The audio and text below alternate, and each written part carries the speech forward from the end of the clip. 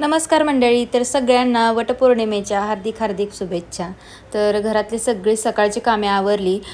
मम्मीने मला सांगितलं की दुपारच्या 12चा मुहूर्त आहे, तर मी सकाळचे सगळे कामं आवरली. पहिल्यांदा स्वयंपाक वगैरे केला नाही आणि म्हटलं की पहिल्यांदा वडपूजन करून येऊया आणि मगच स्वयंपाकाला लागूयात. तर सकाळी एवढ्या लवकर आले होते तरीसुद्धा बायकांची एवढी गर्दी होती इथे. खरं तर हा स्वामींच्या मंदिराच्या पाठीमागचा जो वड आहे ना, तोच आम्ही वड दरवर्षी पूजायचो. पण मागच्या वर्षीपासून स्वामींनी तिथे जागा धरून ठेवलेली आहे, म्हणून तो वड काय आता आम्हाला पूजता येत नाही. म्हणून सोसायटीवाल्यांनी ना असा एक छोटासा वड आम्हाला पूजनासाठी दरवर्षी आणतात आणि त्याचं वृक्षारोपण करतात.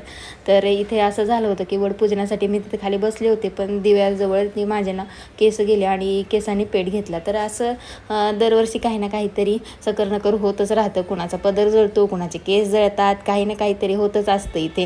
का तर खूप सारे दिवे, अगरबत्त्या, ब्लाऊज पीस, आंबे, खूप सारं काही काही सामान, गहू तिथे ना कडेने वडाच्या पडलेलं असतं. आणि मग दिवे अगरबत्त्या एकमेकांना पेट घेतात, मग त्या साड्यांना लागतात, कुठे केसांना लागतात. असं दरवर्षी काही ना काहीतरी होतं. आमचे ना एकदा तरी असे दोरेच जळून गेले होते, म्हणजे आमचे सगळे नवरे मुक्त झाले होते. एवढं जर हसलं होतं ना, तर यावर्षी डोळे वगैरे तर काही जळाले नाहीत, पण केसाने माझ्या पेट घेतला. तर असं माझे पूजन केलं आणि नंतर 7 जन्मासाठी वडाला 7 फेऱ्या मारून घेतल्या दोऱ्याने.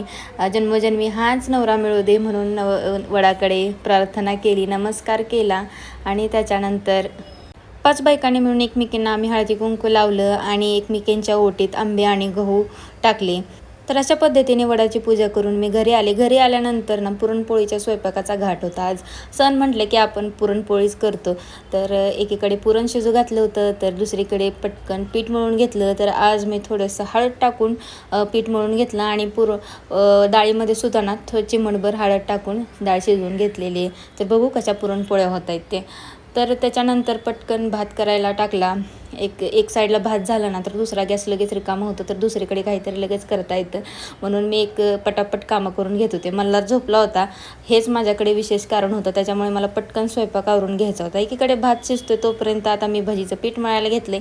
आता तुम्हाला सगळ्यांना तर माहितीच आहे की मला बिचारीला काही भजी करायला येत नाहीत, तरी पण आहूंच्या आवडीसाठी मी नेहमीच ट्राय तरी करतेच.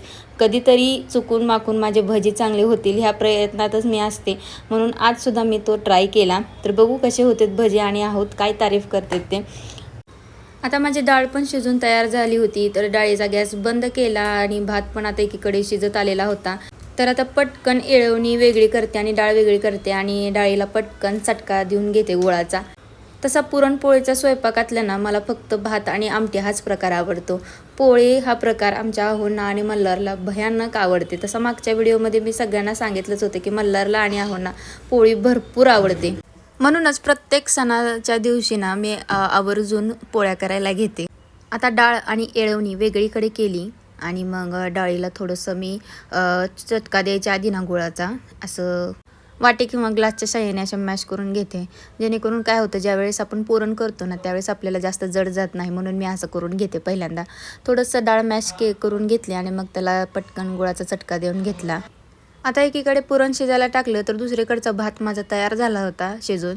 तर भाताचं पातेलं साईडला ठेवलं आणि पटकन त्याच्यावरती कढई ठेवली.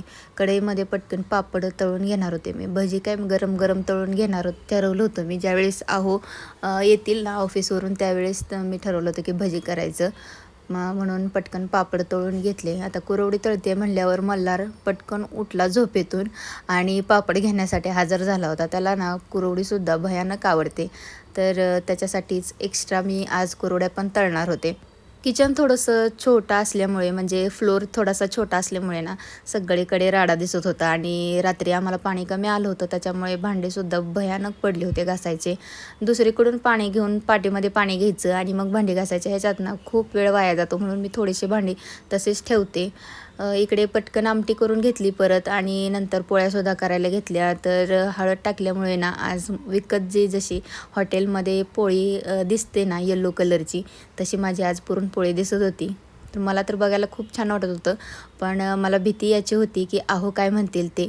पण ते आल्यावरती जेवायला बसले आणि त्यांनी काहीच म्हटले नाहीत. त्यांना पुरणपोळीचा स्वयंपाक खूप आवडतो, तर त्यांनी त्याचाच आस्वाद घेतला. कलर वगैरे तर काही लक्ष दिलं नाही.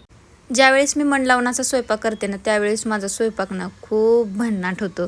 तर आजच्या पुरणपोळ्यासुद्धा ना खूप छान झाल्या होत्या. येळवणीची आमटी म्हणजेच कटाची आमटी तर काय सांगू, खूप छान झाली होती. मात्र नेहमीप्रमाणे मला भजी काय जमले नाहीत. तो भाग सोडला की माझा स्वयंपाक पूर्ण छान झाला होता. तर तुम्ही आजच्या दिवशी कोणता स्वयंपाक बनवला हे मला नक्कीच कमेंट करून सांगा.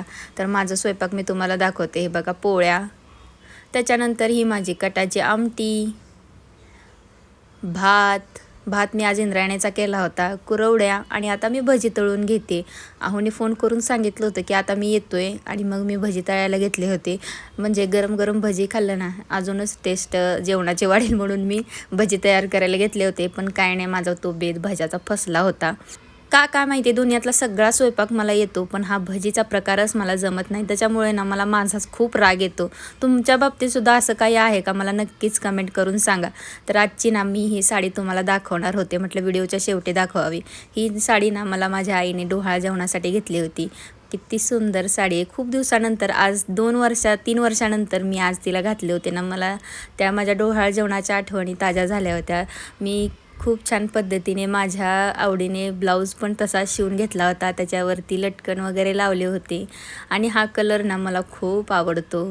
तर चला, या व्हिडिओमध्ये एवढंच. व्हिडिओ कसा वाटला नक्कीच कमेंट करून सांगा. आवडल्यास लाईक, शेअर, चॅनलला सबस्क्राईब करा.